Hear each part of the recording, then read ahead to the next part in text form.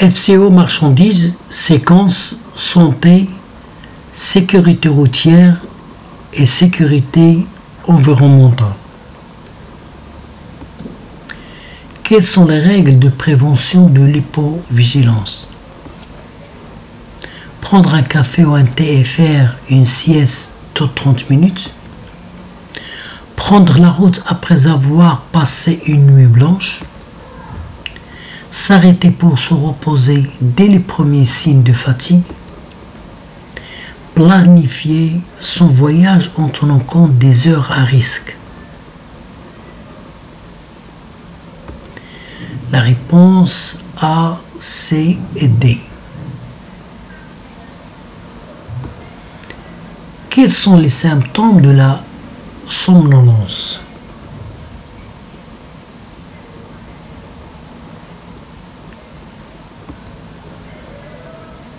Bêlement, difficulté à garder les yeux ouverts. Attention parfaite à la signalisation et au trafic. Difficulté à maintenir la trajectoire du véhicule. Lenteur de réaction face à un obstacle. La réponse A, C et D. Le petit déjeuner et le repas d'un conducteur peuvent être remplacés par des barres chocolatées et des vitamines, peuvent provoquer l'endormissement du conducteur s'ils sont trop copieux, sont nécessaires à son équilibre et ne doivent pas être omis, doivent autant que possible être pris à des horaires réguliers. La réponse B, C et D.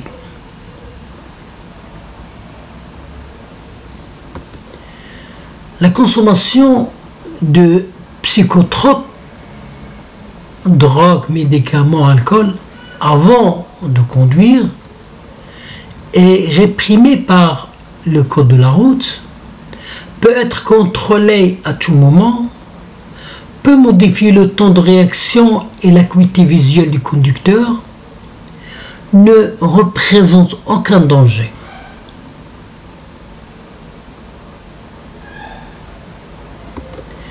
La réponse A, B et C.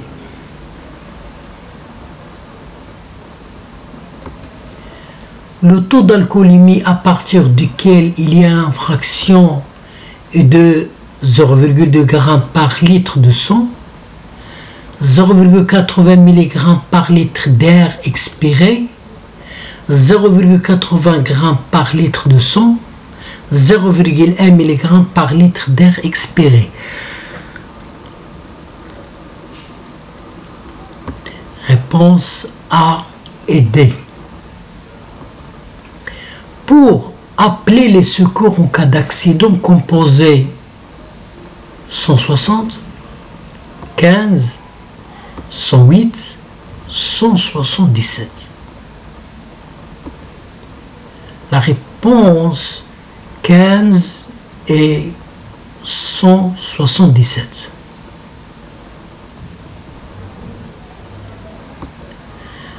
La vision monoculaire modifie le champ visuel, peut modifier l'appréciation des distances, ne change rien par rapport à la vision binoculaire, risque de ne pas vous faire percevoir une image. La réponse A, B et D. Par temps de brouillard avec une visibilité inférieure à 50 mètres, la vitesse est limitée à 50 km/h sur l'ensemble des réseaux routiers et autoroutiers. Il n'y a pas de règle précise. Vous pouvez rouler en utilisant uniquement les feux de position. Les vitesses maximales sont les mêmes que par temps de pluie. La réponse est A. Lorsque vous manœuvrez seul dans un espace étroit ou manquant de visibilité, le fait de descendre du véhicule est toujours une perte de temps. Il est préférable de descendre du véhicule autant que besoin pour apprécier la situation. En manœuvrant très lentement, vous pouvez heurter les obstacles sans dégâts. Vous devez obligatoirement réussir la manœuvre à la première tentative. La réponse est B. La distance parcourue pendant le temps de réaction dépend de la vitesse des véhicules et de la rapidité d'action des conducteurs et est allongée si le conducteur téléphone en roulant, est plus longue sur ce mouillé que sur ce sèche, est toujours la même quelle que soit la vitesse du véhicule. La réponse A et B.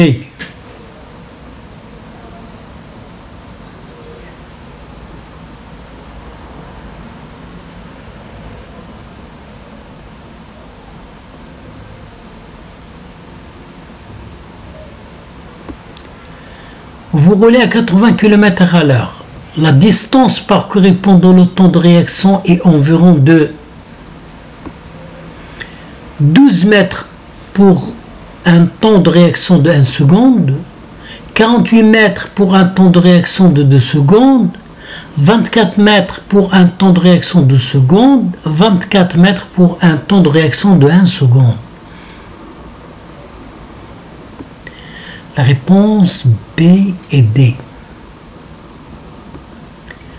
En cas d'accident, la force d'énergie cinétique d'un poids lourd de 40 tonnes lancé à 90 km à l'heure peut atteindre 12 fois son poids, soit environ 480 tonnes, 32 fois son poids, soit environ 1280 tonnes, 24 fois son poids, soit environ 960 tonnes, 4 fois son poids, soit environ 160 tonnes. La réponse est B. Quelles sont les règles de prévention de l'hypovigilance? Planifier son voyage en tenant compte des heures à risque, prendre la route après avoir passé une nuit blanche, s'arrêter pour se reposer dès les premiers signes de fatigue, prendre un café ou un thé et faire une sieste de 30 minutes. La réponse A, C et D.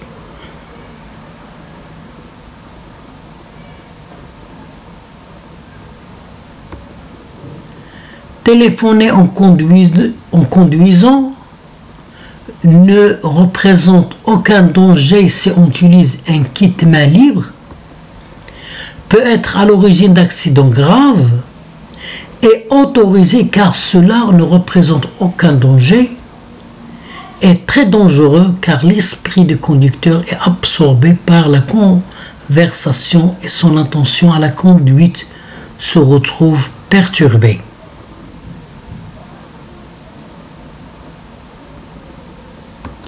La réponse B et D.